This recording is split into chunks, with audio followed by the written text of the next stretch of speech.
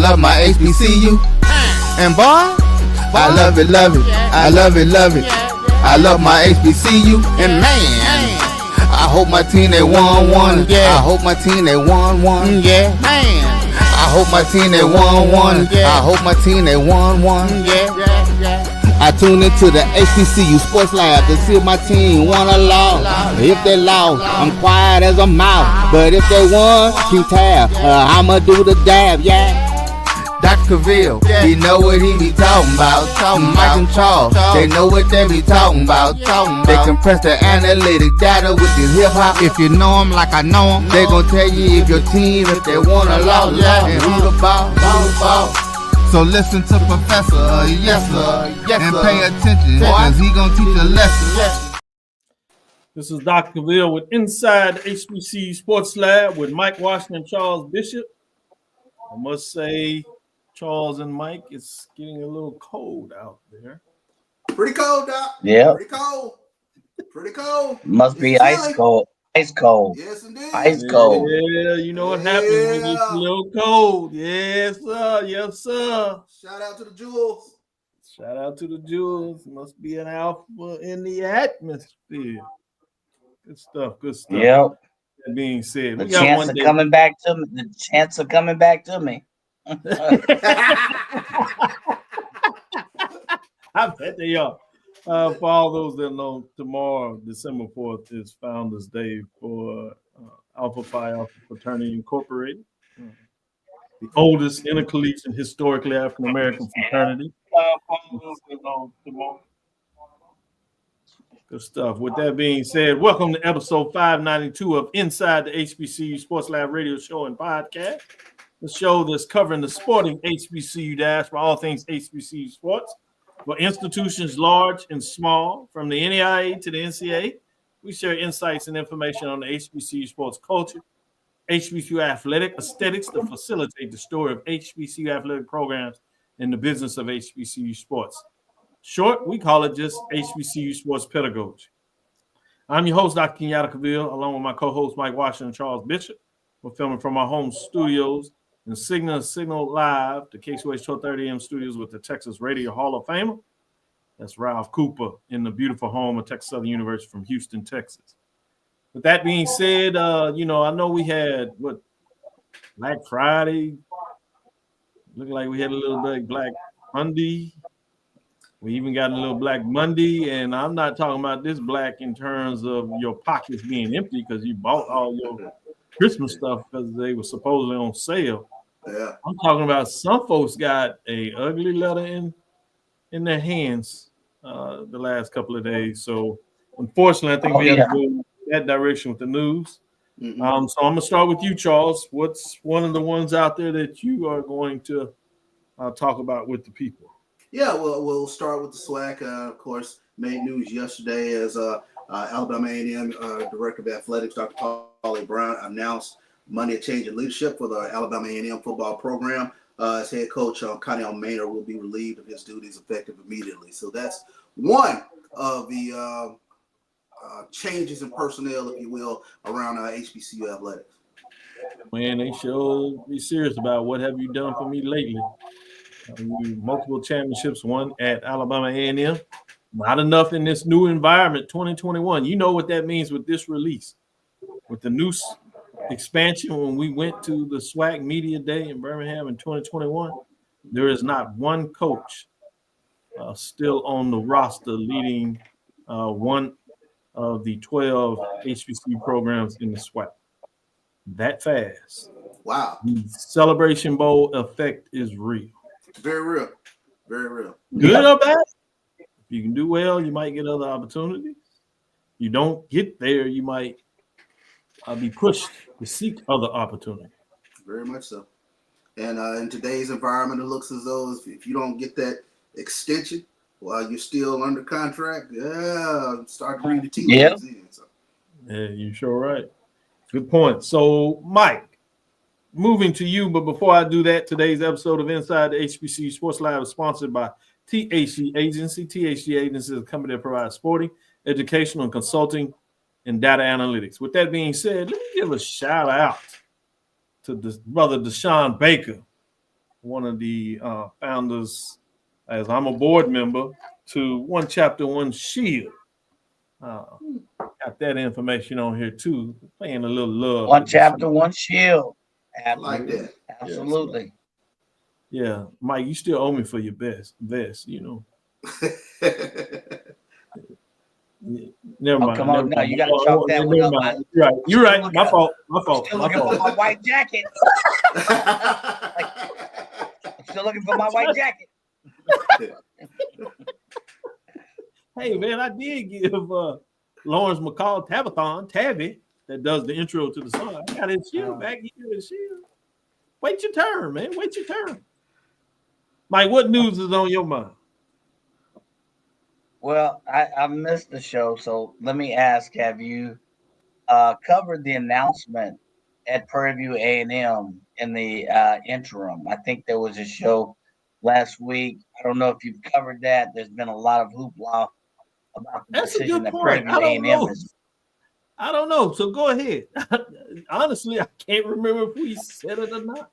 It flew by so fast. November 25th, 26th, Prairie View A&M announced that day that head football coach Leonard McDowell's contract, Bubble McDowell, as you all know and regard him as, will not be reviewed.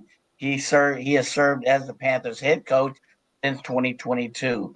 Coach McDowell told a number of sources it's the nature of the business. It's, the cumulative effect of the Celebration Bowl. There are a lot of factors in there, but the university has decided not to renew his contract and is working on a national search. There's a lot of hoopla in the Prairie View A&M, I guess you'll say, speaking and gathering rooms on who that should be, what their choices should be. But that's one of the choices that you, in case it has not been covered, going to this Black Monday or Red Monday, I'll say. I won't say Black Monday. Red Monday. Big brother has spoken. Duly noted. Charles, what else is on your mind? Yeah, let's keep going with the theme here. Red Monday or Red Tuesday. Delaware State. They have decided to move on from Lee Hall. So that was news coming out of Delaware State today. This comes to us from HBCUsports.com. New coach will guide Delaware State football to try to guide Delaware State football to its first winning season since 2012. And this was according to a report by Football Scoop. The Hornets have fired Lee Hall after 2 seasons as head coach. Also making news, the university announced that athletic director Alicia Shields Gadsden would be moving on to pursue other opportunities, where Gadsden was the athletic director since 2021. So it looks as though she will be replaced by Tony Tucker, local basketball legend who's been at Delaware State as an associate vice president since last year. So big changes over at Delaware State with regards to the administration and football coach. Shout out to Emma. She gets the code of the day. She say it's cold at Daytona Beach. So some people understand the language that we're speaking today. This week. It is. I like that. Also, to your point, as that was a little surprise in terms of being so early in the contract. Just 2 years in, obviously didn't have a great season. Won the first game of the season, which was significant because they hadn't won in a while, but didn't get another win the rest of the season. Even though they had some close losses early on, they kind of got worse as athletes were injured. But for this early move, I thought that was intriguing in terms of that. The other one is Shaw Bears released their coach. After I have them as high as ranked 8 in the rankings at the end of the season. Winning season, solid campaign, tough. What was the Southern Division, but it wasn't enough for the coach there. So I wondered if that was just in terms of what happened on the field or was some other reasons why they decided to go in a different direction. So I'm fascinated with that. We have one of the Division II HBCU gurus in the chat, so he may be able to provide a little more context to what that was in terms of WSSU Ram Nation, in terms of his thoughts. With that being said, I'm going to go back to Mike and get your thoughts in terms of what's out there. they did have the band announcement, the final two in terms of the major division and what we refer to as mid-major division. That is the case. I tell everybody, AD gets their own hire. I don't know if people really realize that about Alabama A&M. While the president was on campus, the current president was the provost. Then they moved up, and it was a different AD that hired. So it's another similar case as Prairie View. When you got a different president and AD, if you're not just really knocking it down, folks oftentimes decide they want to go in a different direction. Mike, what were you going to put on the table? No, I was going to switch the thing and talk about this band of the year thing as we head to the Celebration Bowl. Yeah, so so it's unclear which football teams will compete, in the Celebration Bowl. We still have a SWAC championship to be played in that little bitty city of Mississippi. The band of the year officials revealed that. Yeah, you got another itty bitty city in the Mississippi. You got Cedar Mena, and you got that other one. Charles, where's that city? So anyway, Jackson, Mississippi. Oh, now it's D. Jackson, Mississippi. I'll take over everything. Yes, indeed. Now you gonna throw a little pronoun noun in front of the little capital B. Oh, okay, this is how we going. All right. So anyway, the band officials have revealed Monday the four bands for the Battle of the Bands, and this year it's North Carolina A&T, Florida A&M, Miles College, and Virginia State. So Miles College and Virginia State will meet in the Division II bracket and determine the winner, and then of course North Carolina A&T and Florida FAMU will meet in the Division I bracket. So those are the four institutions. There was a lot of hoopla. I don't know if you caught X or what I used to call Twitter. I still call it Twitter. Sorry. Maybe that makes me old-fashioned, but whatever. There's a lot of hoopla as to which bands should have been. Should they expand it to 6 teams or whatever? But those are the 4 teams. You can check out social media and see what your thoughts are, but those are the 4 teams of the year, our Lord 2024. Good stuff. When you talk about the fact of what's taking place with the band of the year, nice matchups. I know a lot of people out there kind of intrigued that Jackson State was so high. Not that you potentially fall, but how far they fall. They basically fell out of the top 5, which shook everybody up a little last weekend. So everybody's intrigued about, what did they report in their last show that did that. Some people were saying it may have been a lot of focus in terms of the drum major, the drum section, in terms that put them out of that top spot. But fascinating matchup when you talk about A&T, FAMU. Well, they got that. If you check out some of the channels, I was checking out a few of the comments, and they were like, what's the focus? Is there a particular focus this year? Are they focusing on the drum line? Are they focusing on all-around performance, dancing?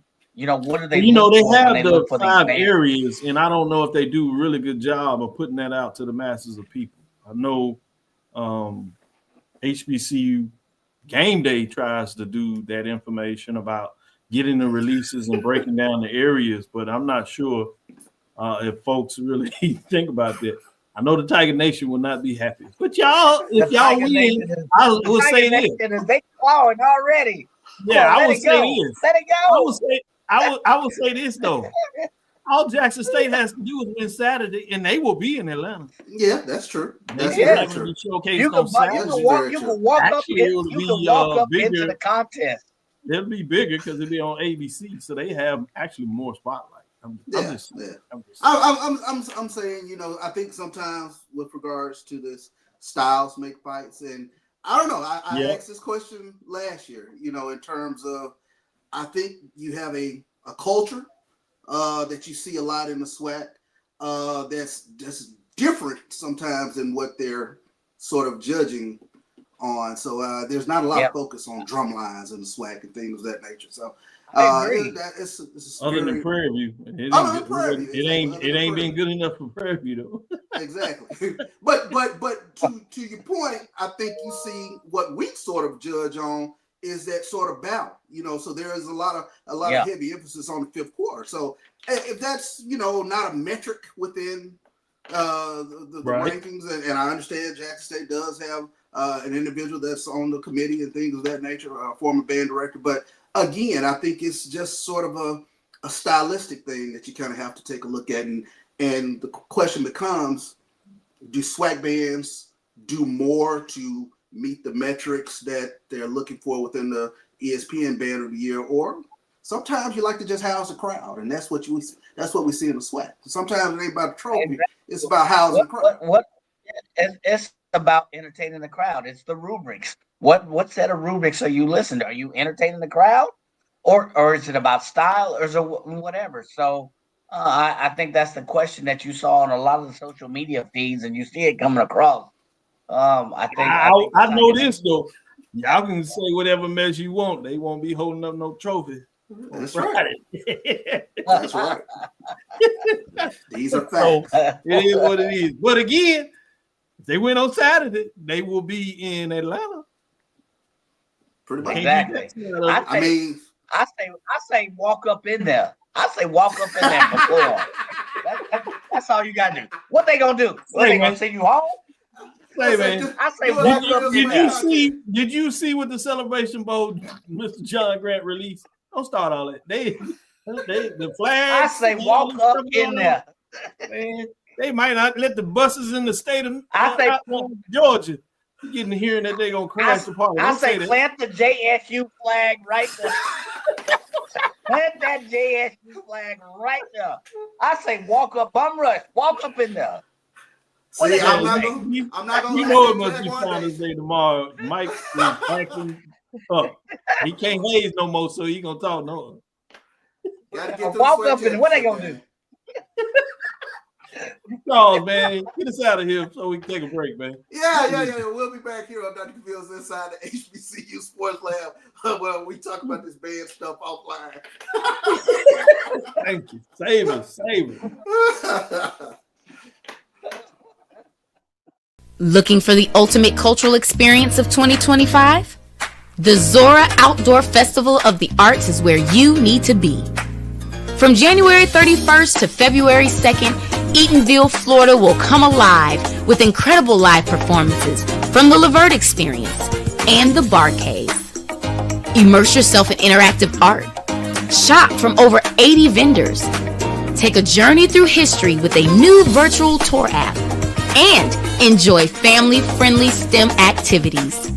Plus, don't miss the unforgettable R&B tribute to the legends, honoring talents such as Whitney Houston, Marvin Gaye, and Luther Vandross. This is more than a festival. It's a celebration of Eatonville's rich cultural heritage. Visit zorafestival.org for tickets.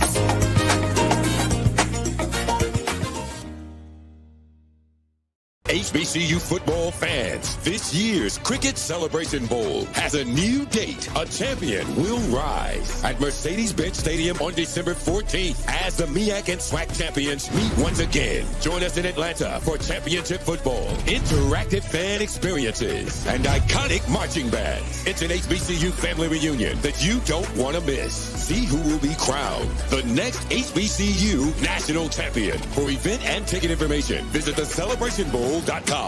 When it comes to professional learning, teachers deserve better.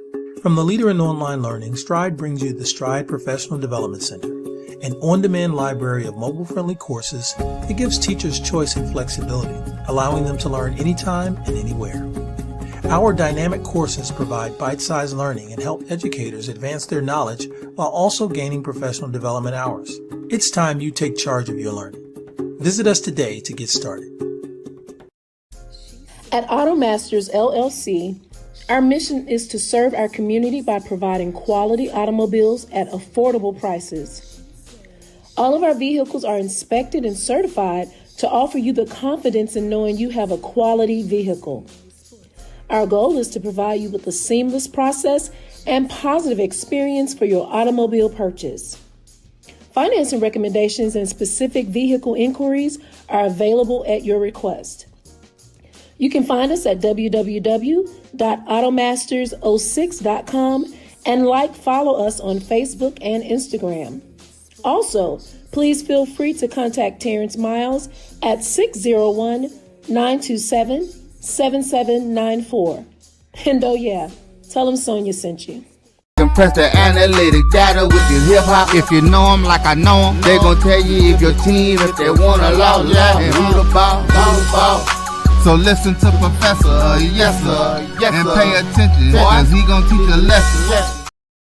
This is Dr. Cavil inside the HBCU Sports Lab with Mike Watson, Charles Bishop. With that being said, let's get into the poll rankings. Not a lot of change. We're going to move through this as we get prepared for the second half of the show. That being said, there was a change at the top. Let me just get through that. No teams dropped out this week. We can talk about those teams that were receiving votes. Shaw Bears, 6-4, 4-3. That's why I was a little stunned in terms of that announcement. We talked in the first segment. You had the Albany State Golden Rams that were also at 6-4, and Fort Valley State Wildcats at 6-4. So it's hard to get in that top 7 unless you have a really good team. But Livingston Blue Bears do just sneak in the 7th spot at 6-4, 4-3. They remain at number 7. At number 6, you have Winston-Salem State, the Rams, at 7-3, 5-2, as they remain at number 6. As you see, going through that a little bit, at number 6, we have Winston-Salem State, the Rams, 7-3, 5-2. They remain in the 6th spot. At number 5, you have the Clark Atlanta Panthers, 7-3-1, 6-2. You're going to start getting into some of these teams that had a successful season and what at least a lot of the media platforms out there, you know, social media, HBCU media, and those outside of that, where you start hearing these names. Coach Teddy Keaton, where folks believe that they may be in the hunt for one of these jobs that's starting to come open, particularly when you look at D2 moving to FCS from an HBCU framework. At number 4, you have Virginia State Trojans, 7-4, 6-1. Dr. Henry Frazier. You hear his name in the mix in some places. And you got the natural synergy with Norfolk State making a move right there in Virginia. A lot of folks think it would be easy for him to slide over. We'll see if that's the case. At number 3, Johnson C. Smith, Golden Bulls, 8-2, 5-2. You looked at HBCU Sports. They talked about really early when they were talking about potential coach of the years, and they were suggesting that this is a hot name that should be out there when you talk about Johnson C. Smith, Golden Bulls head coach. As we had him on the show, as he was closing out, obviously they kind of fell short in terms of what took place there. So interesting to see what that looks like from that perspective when you talk about Johnson C. Smith, head coach. Let's move on to number 2, where things start to change a little bit there in terms of the mix. And obviously that's Maurice Flowers over there at Johnson C. Smith. But in terms of Miles Golden Bear, Sam Shade, a lot of people want to link his name just up the road in the same state in terms of Alabama and A&M after the announcement. And some folks were doing it before the announcement, which is pretty wild. But he had a deep run into the playoffs, literally was playing last week. They played Valdosta State, where they lost, and so they fall from the number 1 spot, losing 2 first-place votes. So they still have 4. They fall to 10-3.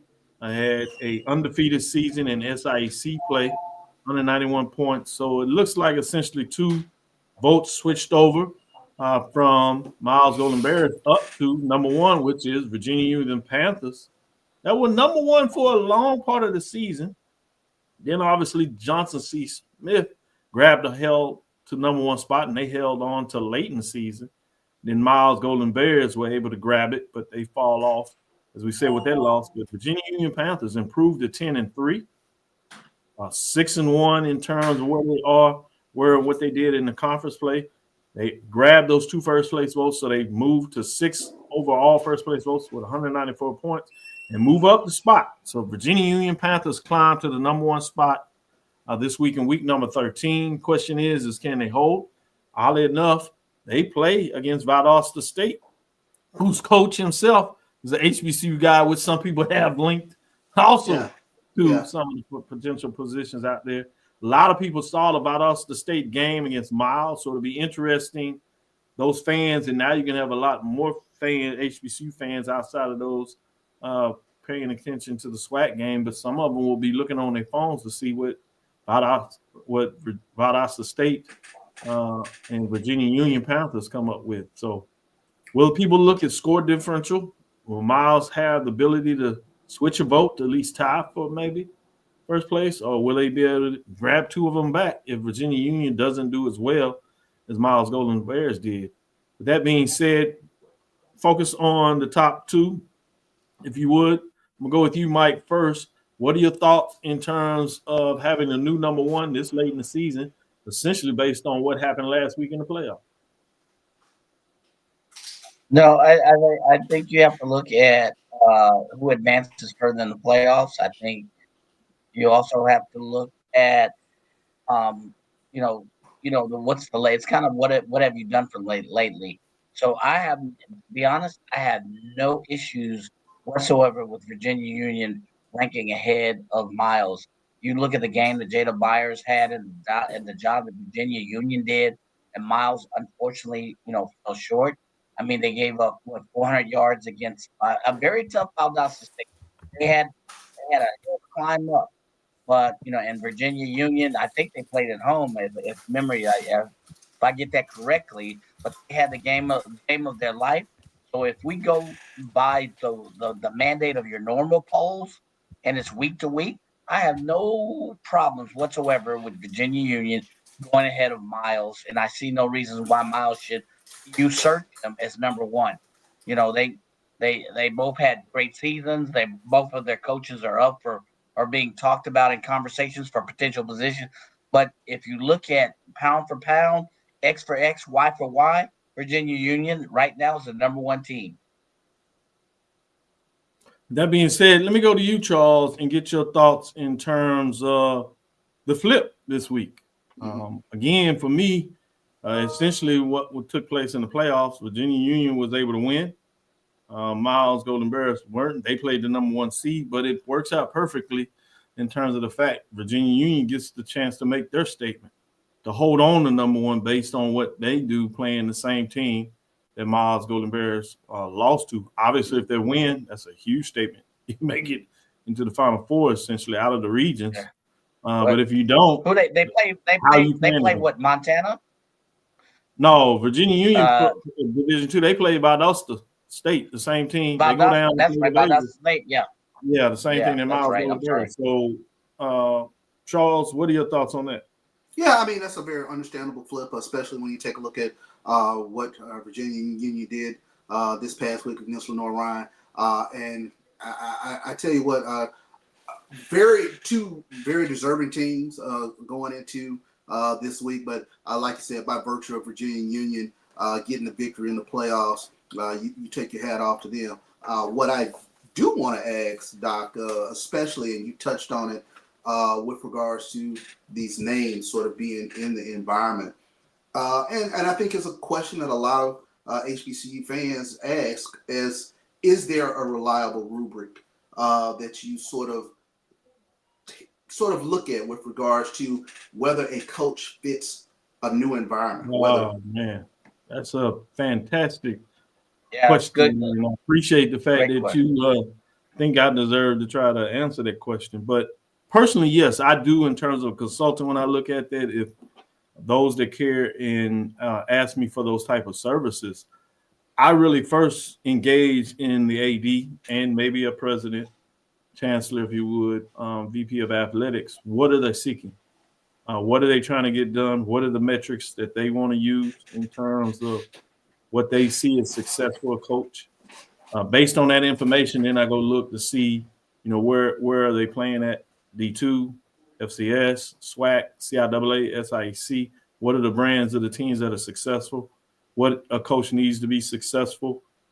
Is it not only winning on the field? Does it have to be exciting style to get more fans involved in terms of attendance? Is it strictly a focus more on terms of helping support athletics from just winning? Is it more the fact that you believe you need something on the defensive side of the ball? So you really ask those type of questions to ascertain what are the goals, which is fascinating to me when you hear some of these mixes. And oftentimes you see people that just see natural synergy. Coach at Miles, Golden Bears there in Birmingham, right in the state of Alabama, and going up to Huntsville. Well, the question is not just in terms of the state, which obviously that's obvious.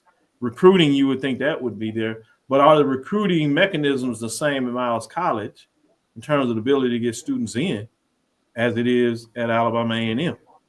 So what particularly made this coach a good recruiter?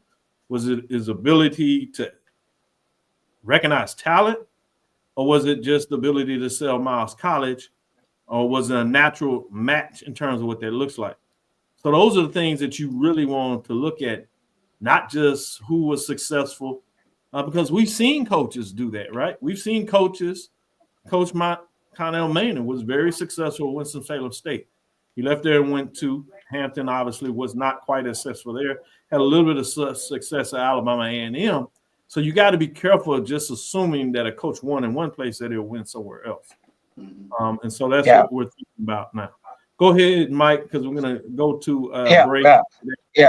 Little follow-up question. How do you decipher between, I'm looking at, your explanation of the Rufix, but, one coach that may be a one-hit wonder versus another coach, there are other factors. So, for instance, just to throw out names, you look at Keaton, what he's done in 1 year, 2 year. You look at Frazier and what he's done over the course of several institutions over 2 years. How do you evaluate those and the resources that they had, in their positions? I mean, that's a very tough job. I mean, what do you? No, I think you said it. I think you said it perfectly, Mike. Though that's what you look at is both of those coaches are similar in a lot of ways. To be quite frank, if you go and look at their track record, they've been able to go to multiple institutions that were not winning at a high level, and rise the level of success of that program, and to some ways get them into championship play, if not a championship. And so that resonates because that's different schools, which means they have different ways of doing stuff. And you still find coaches that are successful. That lets you know there's something about that coach that has the ability to teach and to adapt to different surroundings and still have a level of success. That is fascinating when you talk about coaches of that background. So you're right. Those are things that you certainly measure when you look at it. I got a follow-up question when we get on the other side of the break. All right, certainly. Let's get to the other side. Hold it down. Hold that break because we're going to actually get into the interview. And then our last segment, we'll be able to come back to this question because I think it's fascinating. And a lot of people want to know from their perspective because they have their ideas of why a coach would be good somewhere. But with that being said, let's take our next break and we'll do it quickly. And then we'll come back for an interview to get back with Dr. Parker, Coach Dr. Parker, Virginia University Panthers that continue to fight and make it to the next round. Regional championships on the line was from that. So we'll take our next break and come back after that. HBCU football fans, this year's Cricket Celebration Bowl has a new date. A champion will rise at Mercedes-Benz Stadium on December 14th as the MEAC and SWAC champions meet once again. Join us in Atlanta for championship football, interactive fan experiences, and iconic marching bands. It's an HBCU family reunion that you don't want to miss. See who will be crowned the next HBCU national champion. For event and ticket information, visit thecelebrationbowl.com. Looking for the ultimate cultural experience of 2025? The Zora Outdoor Festival of the Arts is where you need to be. From January 31st to February 2nd, Eatonville, Florida will come alive with incredible live performances from the Levert Experience and the Barbie. Immerse yourself in interactive art. Shop from over 80 vendors. Take a journey through history with a new virtual tour. And enjoy family-friendly STEM activities. Plus, don't miss the unforgettable R&B tribute to the legends, honoring talents such as Whitney Houston, Marvin Gaye, and Luther Vandross. This is more than a festival. It's a celebration of Eatonville's rich cultural heritage. Visit zorafestival.org for tickets.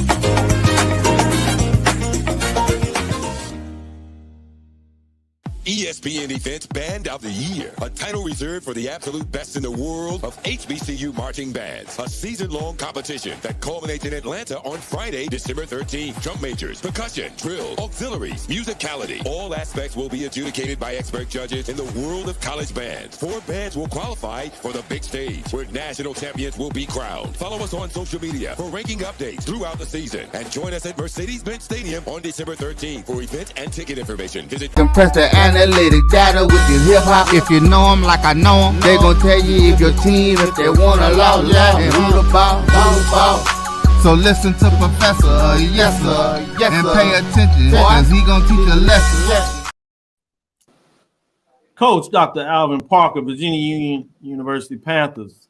Coach, don't mind us. We just got a couple of cold brothers around here just doing our thing. We got a good man named Saunders.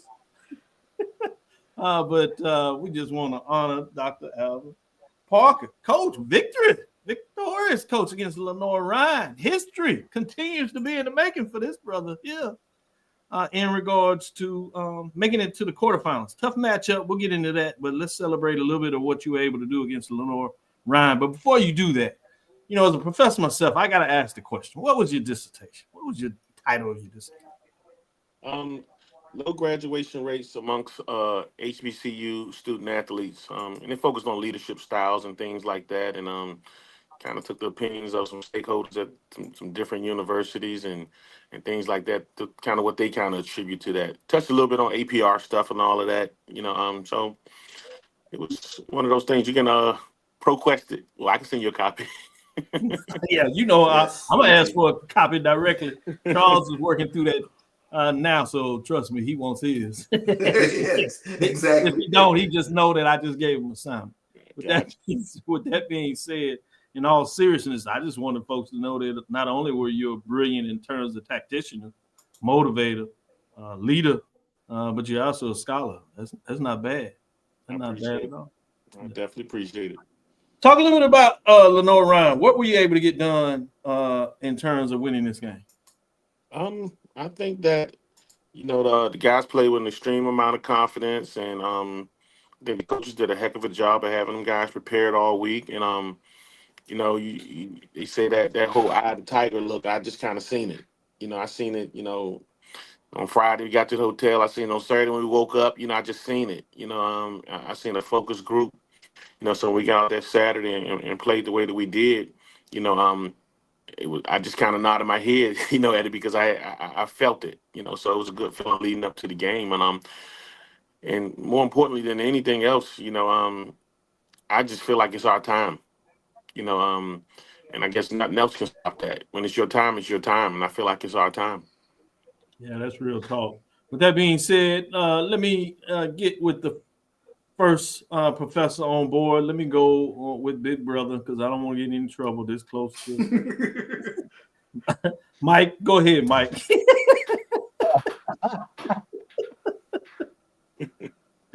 That's all right. So we have a lot of fun, Coach. You appreciate that. You appreciate that on the HBC. I appreciate that. So Coach, congratulations not only on this season, but several seasons, and all of your accolades. I have a very simple question because I know that CB and AD, they'll get more into the X's and O's, but you've had a pattern of success 3-4 years. I think you were coach of the year last couple of years. So we were talking about coaches and finding very good coaches for institutions, given the culture. So, given your success, quite simply, I ask, what's the secret in the gumbo? What's that recipe, that sauce that you use for creating successful teams over year after year after year? Maybe you start off good, you finish up strong, or you start vice versa. You always consistently finish up strong. So what's in the, dare I say, the roux, if you're a gumbo fan? What's in the roux? Man. You do know about gumbo, right, Coach Parker? Look, you don't get this big not knowing about it. So okay. But I think I mean, it's kind of tough to say because I think in different years it's been kind of different things.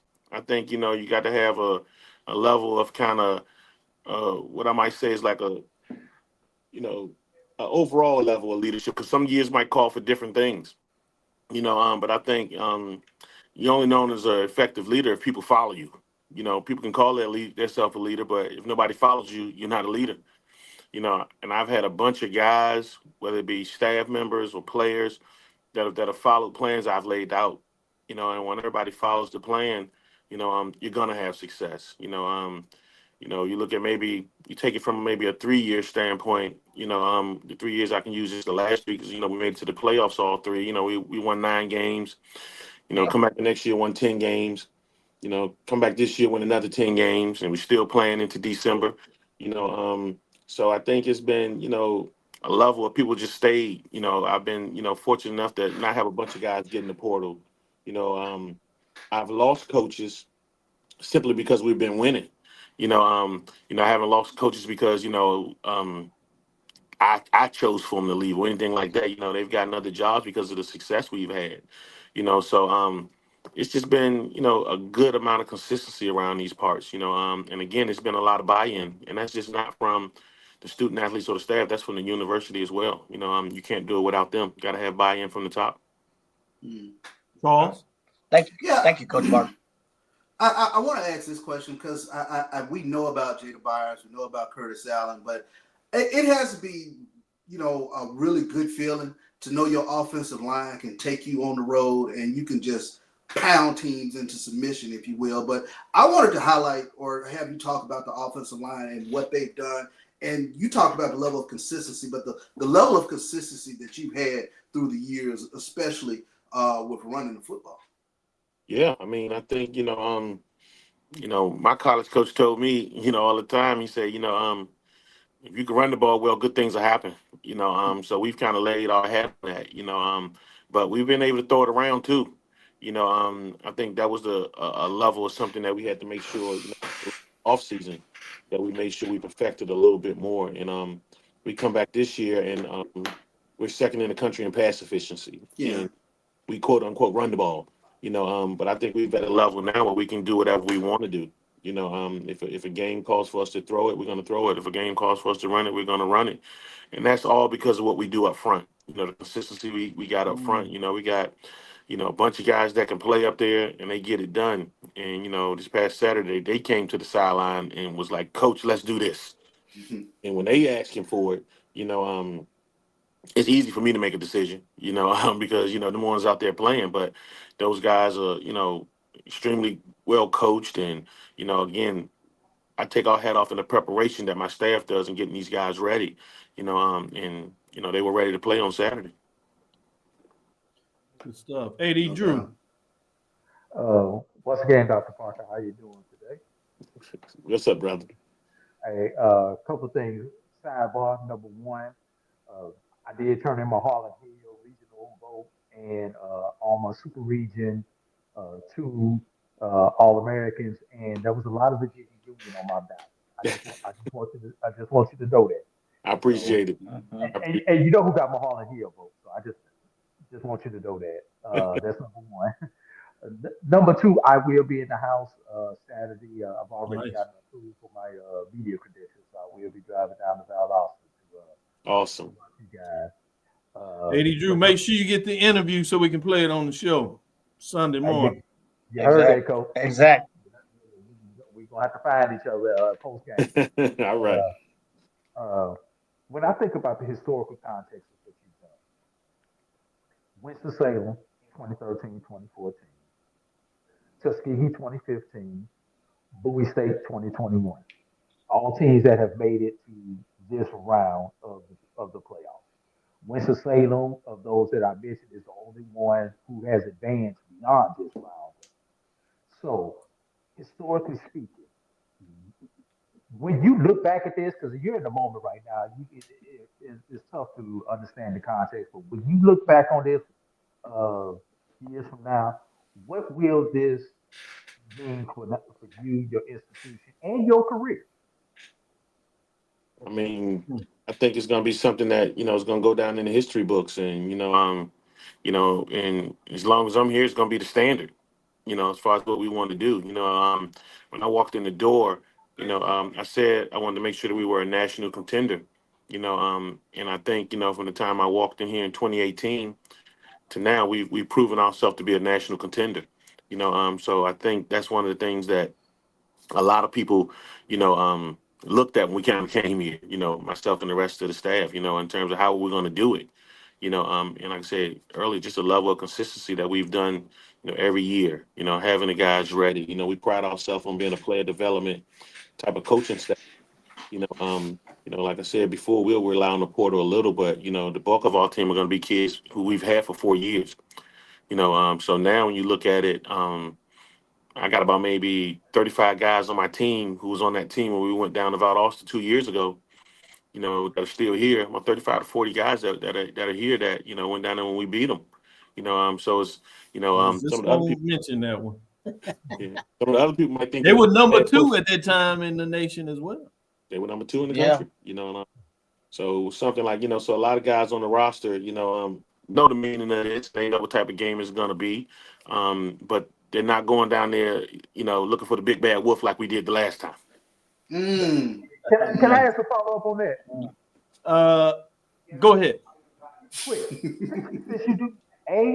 since you do have the experience of beating Valdosta at Valdosta, and you Right. have a bulk of guys who actually have that experience, is this a little bit different than those first couple of weeks where you did face a previous opponent in the North Ryan, but facing an opponent that you have had success against versus an opponent who either you've not had success against or have not seen before?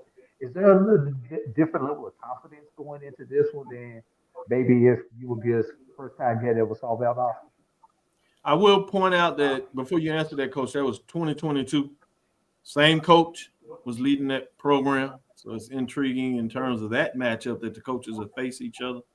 We did have Jackson on, and he talked about coming into this in terms of region. 4 of the head coaches were African American. 2 of them obviously from the HBCUs. Maybe I should not say obviously, but you would see likely. But now in terms of region, so to come out of this region, you can have a black coach playing in the Final Four. Big deal. Both of them HBCU graduates at that. I think that's definitely a big deal, and me and Coach Jackson spoke earlier this week, what I'm saying, and then, we're good friends, so, but on Saturday, we both kind of know what it is, and it's just, Right. making sure my ball club goes down here ready to go, and you kind of throw that game out the window, from the last time, when it comes to Saturday, because we've played Lenore Ryan since I've been here, and they were a national contender. We played them guys. We played Wingate in playoffs, so those 2 games had a level of familiarity too. But you threw all that out the window when we played them. So we're gonna have to kind of do that Saturday, because I think they're a different ball club than they were at that time, and we're a different ball club than we were at that time. So you look back at that when it was a regular season matchup, filling each other out. Now this is a win or go home type of situation, and so that always changes things up. Big But I do deal. remember Jada ran for 3 bills in that game. Big deal. This is a fascinating matchup in so many different ways in terms of highly qualified teams, both top 25 teams. Superb. You've been a perennial top 25 team. So although folks in the HBCU framework are certainly familiar, now you're getting even that much more of a national light because you've done it multiple years. But with that being said, I know you got a busy schedule, so we'll get you out of here after this. I did want to put this out there. Knocking it out. Exactly. I want to put this out there that this is also an opportunity for folks to get your book, Stronger Than Pride. I think in terms of what you put on the table, it's been out there, but now people understand that this is a book that folks want to understand leadership, how to win, the winning ways, and just understand your ability to get some things done, that they need to check out this book. So I wanted to make sure I gave that plug because I think it's appropriate, and we don't do that enough. Look here, man. Look, I appreciate the plug. Go to Amazon, type in my name, type in Strong Pride, do any of that. That's probably the quickest way to get it. You reach out to me, I'll make sure they get it too. But yeah, I'm gonna reach out to you directly because I want it signed. The only reason I'm saying it, I want it signed. And reach out to me directly because by the time Amazon take their cut, I mean, right. Yeah. If you need it, you can go there, but reach out. The email is right there, and we'll get the information out on the site of how they can get in contact with you. But seriously, we need to support this, and I know it's good information in that book. I've kind of read the forward from that perspective, so I got to get my hands on it. So I wanted to make sure folks understood that. But I saw a picture with your family after the victory. I thought that was wonderful that how you inculcate, obviously, the team is a family, but your family there too. So I wanted to make sure that we shared this with this opportunity. We don't always get to do that. But great job. Look forward to a great opportunity this weekend, and go Panthers. Appreciate you guys. Thanks for having me. Again, that rolls off the tongue so nice, Charles. Yeah, go Panthers. I see. I'll say that. Like go Panthers. Go Panthers. And again, AD Drew will be down there representing Sports Talk inside the HBCU Sports Lab and the BCS Network. So we're so excited to make sure that we can make sure you get the coverage that you need, and we'll get the word out there. Bring home that victory in terms of this weekend for HBCU. I appreciate you Absolutely. guys. We'll be right back after this break. Want to talk about, get ready to hear a little bit about Ramon Reyes in the interview that Roy had. He is the GM of the Omni Hotel and some of the events that we'll be having this weekend. We'll do about a 2-minute interview during the break, and then we'll come back on the other side and get back into some of the discussion, follow up with the questions that Charles had. We'll make sure we get that answered for you as well. Stick with us. Be right back after this break. Hey, good afternoon, everybody. This is Roy Evans with the Black College Sports Network. I am here with Mr. Ramon Reyes, who is the general manager of the Omni Hotel downtown Atlanta. And I know a lot of you know what that is because it is the headquarters for the Celebration Bowl as we get ready to get to that season. We're not too far out, and we've got a bunch of things that are going to be happening. We're going to be back there. One of the things, of course, that we're going to be doing is broadcasting from the sports bar again. But before we get into that, let's talk a little bit about some of the things that the hotel has coming up, and then give Mr. Reyes a little bit of opportunity to tell us about his hotel. How you doing today, sir? I'm doing well. I appreciate you having me, and look forward to chatting about the property and everything we've got that's coming up here pretty soon. All right. Well, let's do this. The first thing that we know that you guys have coming up is on December 5th. You've got a wine dinner event. Now, listen, we know a lot of folks love wine. A lot of folks love to eat. Tell us a little bit about that one.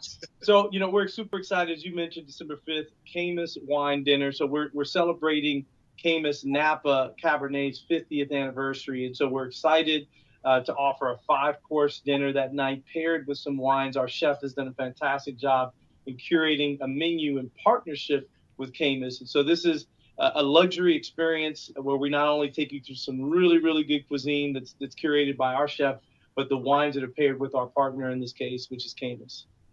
Oh, man, that sounds like that is going to be amazing. We're going to definitely have to get our HBCU folks to come out and look at getting engaged in that. Now, let me make sure. Is that the one that we got the code for? That we'll be able to do some things with? This one, it's available to be reserved on our website, Open Table, Eventbrite. So through any of those channels, our guests can find the dinner there and read up on all the offerings and take advantage of it and book their reservations. Okay. So, again, it's the Camus Wine Dinner. That's going to be that's a Friday? Yeah, so it's on December 5th. It'll be in New South Kitchen, which is here within our hotel right in the main lobby. Oh, wow. And that was another question I was going to have because I've been seeing that New South Kitchen. And I'm like, okay, we got us another food spot. God, listen, I'm a amateur foodie, so I like to get out and eat, taste some new places and things. So, well, I think the great aspect of these dinners is it's a journey, a culinary journey, but it's also an educational journey because these wine purveyors are there. They take everyone through the wines, how they make them, really the different tastes, why they were paired with the food. So it really is a cool experience that we hope others will take full advantage of as they come be introduced to New South Kitchen and certainly our property as well. Well, listen, we definitely are going to do everything that we can to get as many HBCU folks out there for that one because that sounds like it's going to be something great. So, again, folks, the Camus Wine Dinner, December 5th at the Omni Hotel downtown. We're going to jump into that and let it go. And Compress the analytic data with your hip hop. If you know them like I know them, they gon' tell you if your team, if they wanna lose, and who the ball. So listen to Professor, yes sir, and pay attention, cause he gon' teach a lesson. This is Dr. Cavil with Inside the HBCU Sports Lab. With that being said, Mike, I know you got a little excited when you heard about the wine, Charles. You know how Mike is. He could have did that interview himself. He would have asked what type of wine they Exactly. Actually, I was like, that was for me. I was waiting for it to come. I was like, come on, Roy. What are you gonna ask? What kind of wine you gonna have? You got Cabernet, Chardonnay, Oakfield. You know, you got a cherry blossom type wine. But he didn't go there. I was like, you wait till I talk to Roy. That's Mike, we forgot. You forgot who was doing this interview and what this interview was about. You know Roy at Alcohol. I need to just I know Roy and Alcohol. The other three on this panel know exactly what I'm talking about. Oh, let me tell. Oh no, I'm sorry. I won't tell. I won't.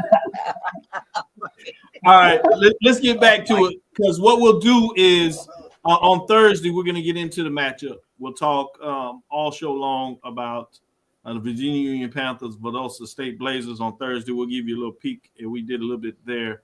But we're really focused on the Southern Jaguars, Jackson State, because we know a lot of folks are going to have interest in terms of that matchup. Obviously, the Battle of the Band in that matchup will be big as well. So there'll be 2 trophies coming out of that matchup in Jackson, Mississippi. We will be in town for that one in terms of Mike, Charles, and myself.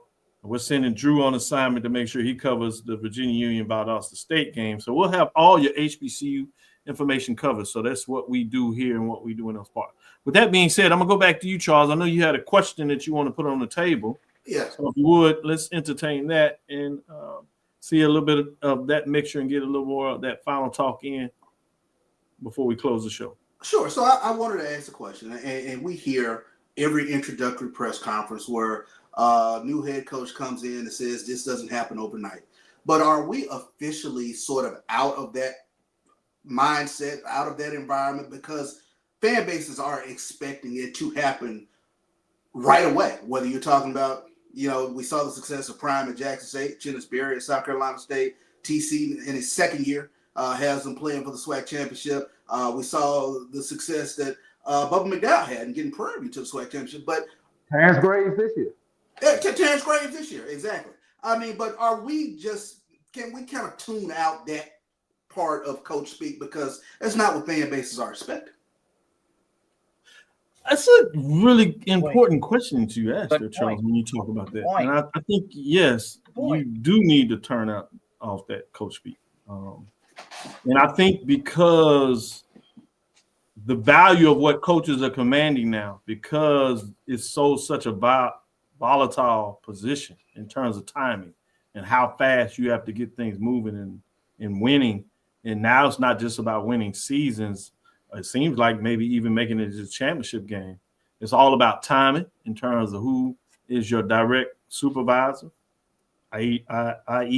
ADVP of athletics, who is your overall supervisor, presidents or chancellors. What are they trying to do for the university? A lot of people still refuse to understand in terms of enrollment and the role that it plays in terms of these institutions as they grow. So folks are trying to get out there in front of things. Many people see athletics as the window to the university, but that drives. We've seen what the prime effect does. We've seen what expansion does. We've seen what a solid coach as Coach Willie Simmons does to a program that is ingratiated themselves to a modern perspective of being online in the virtual social media space, going on here and doing interviews or doing their own interviews if they are able to command and bring in their own group to tell their stories in those multiple platforms to get it done. So that's the new window in terms of what it means to be aggressive as a coach. Not only do you have to find a way to do it on the field, you have to do it off the field. And off the field means making sure your students are doing right, getting in class, but also off the field in terms of making sure you engage in social media platforms. So you got to do that. Think about 2 of the 3 coaches that are in this mix. TC is very open to be able to talk to the media. Graves in his own way does it too now. But Chinnisberry over there, I can't get enough of his social media information. What he does in his halftime or pregame speeches, all that's out there for everybody to salivate. And you don't think there's ADs or VP athletics or presidents or chancellors to say, I want a guy like that. I want somebody like that to lead my program. So you're absolutely right. All that coach speak, yeah, that's for to settle everything down when you do your weekly conferences, if you would, a game interview. And then people understand as they go in to interview these folks that you got to develop relationships. These coaches are like any human out there. You got to develop a relationship to be able to get to a position where somebody feels comfortable about sharing more about themselves in sometimes what will be maybe a very vulnerable position. That's something that you earn with coaches, ADs, presidents, chancellors, even commissioners for that matter. So those are things that you want to consider if you're really trying to get to the story and get that information out there. AD Drew, I know you wanted to provide some comments as well. What is a good job? You know, you hear, and that's a great one too. That's a rhetorical question because we all know that there are jobs out there, and we all know friend of the program, Coach Rossi Norman is trying to latch on. And this one of the questions that we talk about behind the scenes: what is a good job? Yeah. And what may be a good job for Charles Bishop may not be a good job for Mike Washington when they interview based on their skill set. So we know, look, this stuff is not about X's and O's. These people would not even be on the list if they don't have the X's and O's portion of it handled. It's all that other stuff.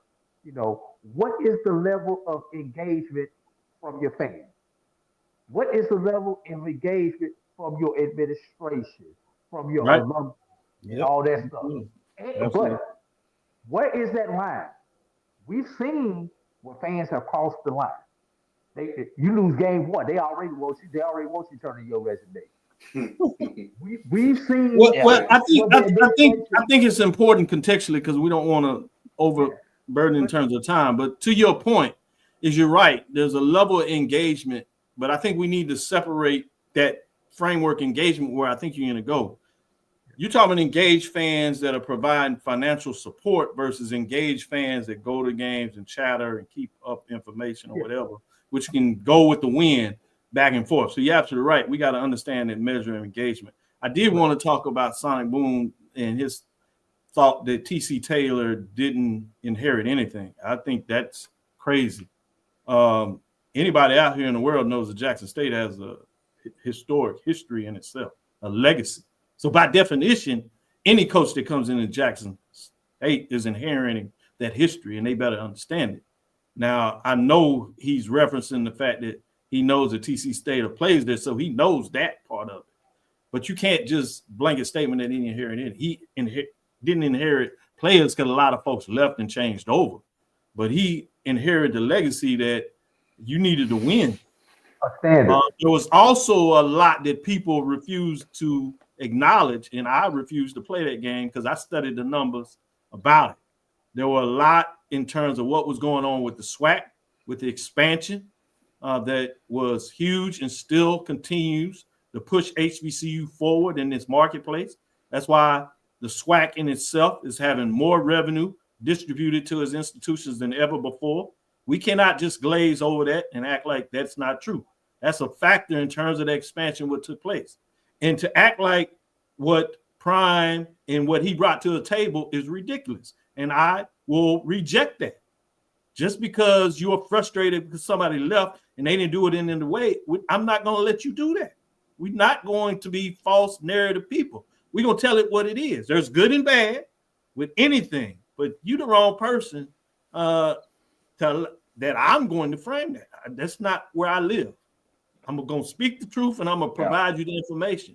You also got to acknowledge what COVID did in the factor and how it changed the world in terms of the momentum. Now, we see a lot of that leaving HBCU spaces with all these corporations that promised all this support. And now we got somebody that are chasing out and don't want to acknowledge DEI, whatever they want to call it, even if I believe in it or not. The fact that you're changing too, that's a problem. You had obviously the racism with the death of George Floyd. Yeah. In terms of what took place, that was significant. So we can't just be revisionists in history because we have enough people out there doing that to us, and we can't do that. So we're not gonna play that again. We're not gonna do that. So Mike, go ahead and we'll get in. One piece to build off is, and we had this conversation, and you really kind of did a good job of clearing me up. You hear this argument, well, you know, Coach Simmons left Prairie View because Prairie View is not a destination place. Coach Prime left, you know, Jackson State. They're not a destination place. I think that's a far-fetched theory, and I think coaches move on. It depends on the program and what their goals are. But I think you hear a lot of that sentiment that some schools in the SWAC, you'll see, well, you know, this school, I don't want to put any names in there, it's not a destination place. They're a stopover place. He's only here for 2 or 3 years. I mean, can you talk to that sentiment? Because you hear a lot of sentiment of that on social media. Well, he don't want to stay here. That's not a destination school. I think we're far removed from that. I think that happens in whatever level. That happens at FCS levels, at FBS levels. Coaches move. Yeah, that is just really part of the culture. That coaches will, you know, be here. They'll move on. You will either move or be moved. That's what happens. It's the name of the move out. Charles, your thoughts. I think when we take a look at it, I like you said, Dr. Bill, debating whether the prime effect is real or not is pointless because the numbers do say what they were. I mean, there was absolutely an effect that he had, not just at Jackson State, but I think on HBCU football in general. I think TC in his way has established his brand identity. And I give him credit for what he has done with regards to what he has put in place during his time as the head man at Jackson State. I think you can separate the two out. I think obviously you're going to have the prime detractors, you know, basically, you know, hit him whenever they feel like it. But there's a reality to the fact that, and I have to check my Jackson State fans about this, is what Prime brought back to Jackson State was swagger we didn't have. People conveniently skip over that 7-8 years where Jackson State football was not at the standard that it should have been at. We had that brief period of time when Coach Comedy was there during the SWAC championship era, because I have to keep reminding people the SWAC championship, that spans a generation now. So I think there's a fan that came along during the SWAC championship era. They can't latch back on to the 80s and 90s of Jackson State. They have to take that time period for what it is. I think TC has continued. I think the momentum of the swagger that Jackson State had. When people holler, we've always been that Jackson State. Yeah, for a period of time, we weren't. All right? For a period of time.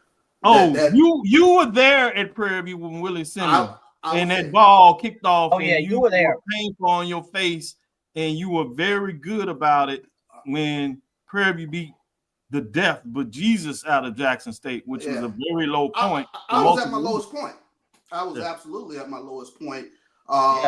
Just watching a comedy of errors. I think what stands out for me is I remember the equipment truck where the helmets were placed and guys sprinting to take the Jackson State stuff off. That hurt. That hurt me as a donor of Jackson State, as an alumnus of Jackson State. I still remember that pit in my stomach. I give Prime tremendous credit in restoring the swagger that Jackson State once had. And if you conveniently gloss over that, that's just not right. I appreciate it. With that being said, I think we'll bring it to a close. Great information out there. And like I said, Thursday, we'll really get into these games in terms of offense and defense, what has to be done for a team to be successful in terms of those matchups. So great information there from everybody involved, and appreciate you continuing to listen and support us as we talk about our HBCU programs in a way that nobody else can or will. from that perspective. With that being said, we'll bring it to a close with Dr. Cavil's Inside the HBCU Sports Lab. I am Dr. Kenyatta Cavil with Mike Washington, Charles Bishop, as we have AD Drew giving us an update and showing some love in terms of his expertise, I should say, at the Division II level. Thank you for listening to the Inside the HBCU Sports Lab. Make sure you share our podcast with your friends and colleagues. I am Dr. Kenyatta Cavil, the Dean of HBCU Sports, coming from inside the lab in the College of HBCU Sports with Mike Washington, Charles Bishop. Again, we thank you for listening to Dr. Cavill's Inside the HBCU Sports Lab with Mike Washington, Charles Bishop. Will be here every Tuesday and Thursday. As you know, we'll be back on Thursday at 6 o'clock Central Standard Time. We look forward to next week as we discuss the latest news in the lab. Follow me, Dr. Kenyatta Cavil. That's DrKenyattaCavil. That's Facebook and Instagram, Inside the HBCU Sports Lab on Facebook and YouTube. Dream big. Continue to move forward. We will talk with you soon. Charles? Of course. Mike? Lecture. AD? Dismiss. Have a life.